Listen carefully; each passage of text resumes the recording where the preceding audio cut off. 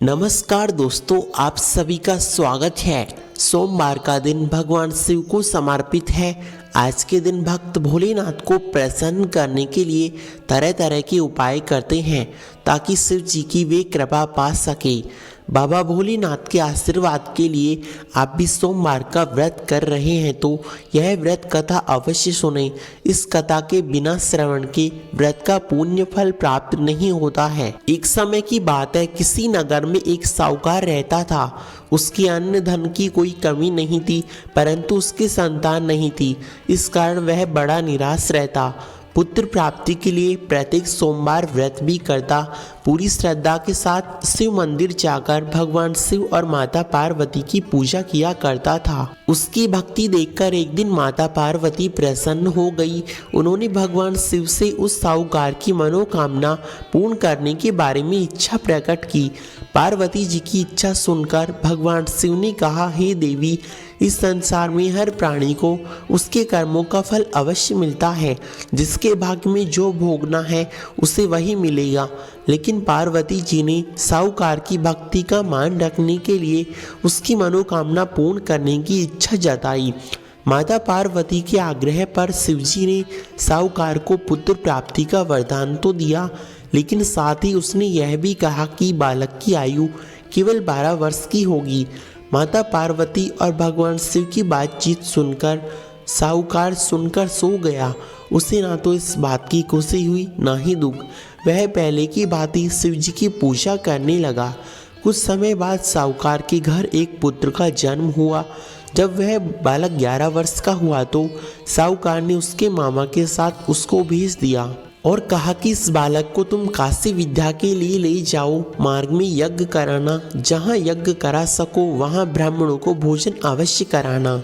दोनों मामे भांजे इस तरह यज्ञ कराते हुए ब्राह्मणों को दान दक्षिणा देते हुए काशी की ओर चल पड़े। रात्रि में नगर आया जहाँ राजा की कन्या का विवाह था, लेकिन जिस राजकुमार के साथ उसका विवाह होना था वह एक आंख से अंधा था। राजकुमार के पिता ने अपने पुत्र के अंधा होने की बात को छुपाने की चाल सोची। साहूकार के पुत्र को देखकर उसके मन में विचार आया कि क्यों न इस लड़के को दूल्हा बनाकर राजकुमारी से विवाह करवा दूं।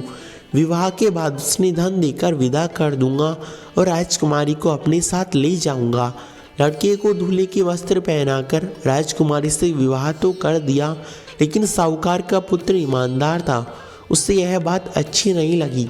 उसने अवसर पाकर राजकुमारी के चुन्नी पर लिखा कि तुम्हारा विवाह मेरे साथ हुआ है, लेकिन जिस राजकुमार के साथ तुम काशी जाओगी वह एक आंख से अंधा है। जब राजकुमारी ने चुन्नी पर लिखी बात पढ़ी तो उसने अपने माता पिता को बताई। इसके कारण उसका विवाह रुक गया और बारात वापस चली गई।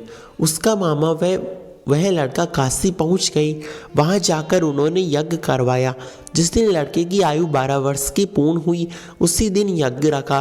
लड़के ने अपने मामा से कहा कि मेरी तबीयत कुछ ठीक नहीं है। मामा ने कहा कि तुम अंदर जाकर सो जाओ। शिव जी के वरदान अनुसार कुछ ही देर में बालक के प्राण निकल गए। मृत भांजे को देख मामा विलाप करने लगा। संयोगवश उसी समय शिव जी और पार्वती उधर से गुजर रहे थे। पार्वती ने भगवान शिव से कहा कि स्वामी, मुझे इसके रोने का स्वर सहन नहीं होता। आप इस व्यक्ति के कष्ट दूर करिए। जब बालक और शिव जी मृत के समीप गए तो उस बालक को बोले कि यह साहूकार का पुत्र है जिसे मैंने 12 वर्ष का वरदान दिया। अब इसकी आयु पूर्ण हो चुकी है, लेकिन माता पार्वती के विशेष आग्रह पर महादेव आप इस बालक को आयु देने की कृपा करें, अन्यथा इसके वियोग में इसके माता पिता मर जाएंगे। माता पार्वती के विशेष आग्रह पर भगवान शिव ने लड़के को जीवित होने का वरदान दिया। शिव जी की कृपा से वह लड़का जीवित होकर शिक्षा समाप्त कर लड़का मामा के साथ अपने नगर की ओर चल दिया। दोनों चलते हुए उस नगर के पास पहुँचे जहाँ उसका विवाह हुआ था। उस नगर में उन्होंने यज्ञ का आयोजन रखा। उस लड़के के ससुर ने उसे पहचान लिया और पुत्री को उनके साथ विदा कर दिया। इधर साहूकार और उसकी पत्नी भूखे प्यासे रहकर बेटे का इंतजार कर रहे थे। उन्होंने प्रण रखा था कि यदि उनका बेटा समय पर ना मिला, उसकी मृत्यु के समाचार मिला तो वे भी प्राण त्याग देंगे। परंतु अपने बेटे की जीवित होने की खबर पाकर वे प्रसन्न हो गए। उसी रात भगवान शिव ने व्यापारी के स्वप्न में आकर कहा कि इस सृष्टि, मैंने तेरे सोमवार के व्रत करने और व्रत कथा सुनने से प्रसन्न होकर तेरे पुत्र को लंबी आयु का वरदान दिया। इसी प्रकार जो कोई सोमवार की व्रत कथा कहता है, सुनता है अथवा पढ़ता है, उसके समस्त दुख रोग दूर होते हैं। फ्रेंड्स, हमारे द्वारा दी गई जानकारी आपको कैसी लगी कमेंट में अवश्य बतावें।